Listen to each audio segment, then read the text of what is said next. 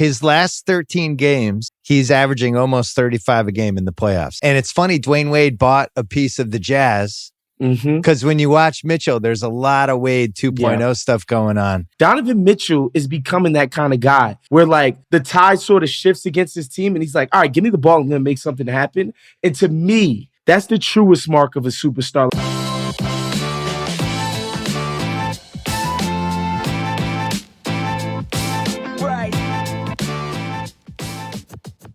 Really quick, before I begin, if you guys can smash the like button for the YouTube algorithm, this seriously makes a huge difference to my videos and lets YouTube know to recommend this video to a brand new audience. So thank you so much for doing that, and let's begin.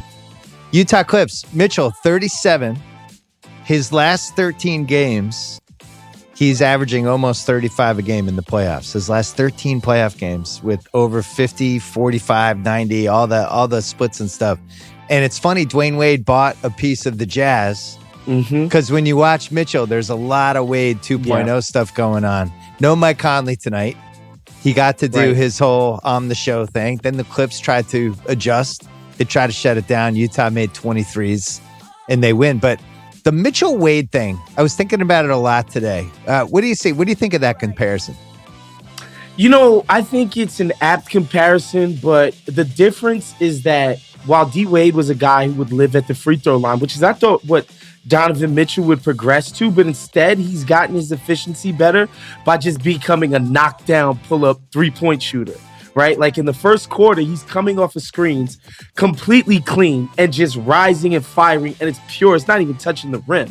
DWade obviously was never that level of shooter, but yeah, he combines the ability to dribble past some of the best players in the world, which is like Kawhi Leonard and Paul George, et cetera, with a pure jump shot. I never thought he would be able to get his jump shot to this level, but you can't leave this dude open. Mitchell was somebody that I always thought was just going to be like a feast or famine three-point shooter.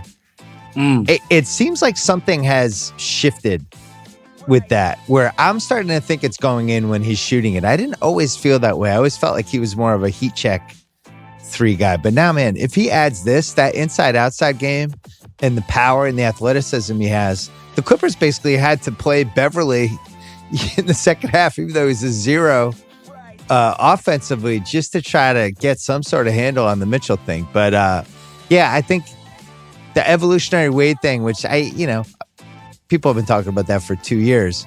You're really feeling it. And the thing is, if he's evolutionary Wade, if that's like in motion right now, that changes what I think about their ceiling as a title team, right? Because you think like, well, they don't have the superstar. Stars win titles. What happens if they play this team? What happens if they go against that team? But in your mind, I hate to have the hacky sports talk conversation, but he's not a superstar, but he's kind of more than a star now. He's like a tweener between those two worlds is where I have him now. Do you have him higher? I think he's definitely knocking on the doorstep. The true mark of any superstar is you see the tide flowing for another team. They get a turnover, a dunk. They make a three. All of a sudden, they got 7 points in a minute and a half, and your superstar does something to stop it. Whether that's Steph pulling up from 30 or KD just straight up rising and firing over anybody who's guarding him, or DWade, like just straight up, I'm going to get to the line right now. I'm going to stop this run by putting my head down, getting to the line. Donovan Mitchell is becoming that kind of guy where like the tide sort of shifts against his team and he's like, all right, give me the ball. I'm going to make something happen. And to me, that's the truest mark of a superstar. Like you can just stop a tidal wave by yourself. And he did that tonight. But it's set up. You think like if they get through this Clippers thing, they're in great shape now. They're up 2-0. Then you go next round playing the winner of Suns Nuggets, which is pretty certain it's going to be the Suns. The Suns, yeah. Yeah. And you look at the Suns and they'll throw some dudes at him, but it's going to be a good matchup for him. You know, they'll throw some size at him, but ultimately, like Chris Paul, Devin Booker, they're not going to be able to really shut him down. They'll throw Bridges at him. They'll give some Crowder. They'll try to mix things up. They'll play zones, but this is set up for him. And I think he smells it a little bit. That's the sense I'm getting through my TV set. Yeah, he has the look, Bill. He's like, the look. He has the look. The way he came out in the first quarter, just hyper aggressive and was like, if I get an ounce of daylight, I'm rising and firing. Like like there was no question that he knew what he wanted to do, specifically because of Zubac playing that extreme drop coverage. He's like, all right, Rudy's the, famously Utah fans, I know, screen assists and all of that, but he is the best screener in the NBA, right? So I know my guy's gonna plant this dude, whoever's guarding me, and Zubac is gonna be all the way back there.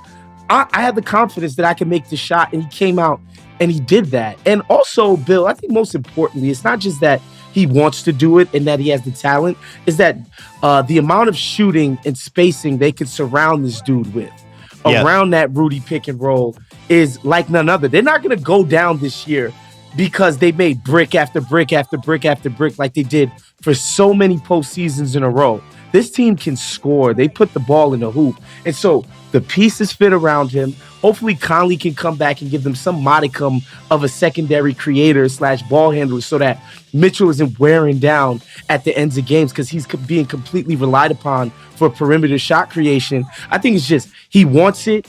When he first came in, he was one of those guys that kind of had blinders. He wasn't much of a playmaker, but now he finds guys. I just think everything is coming together for him at the right time.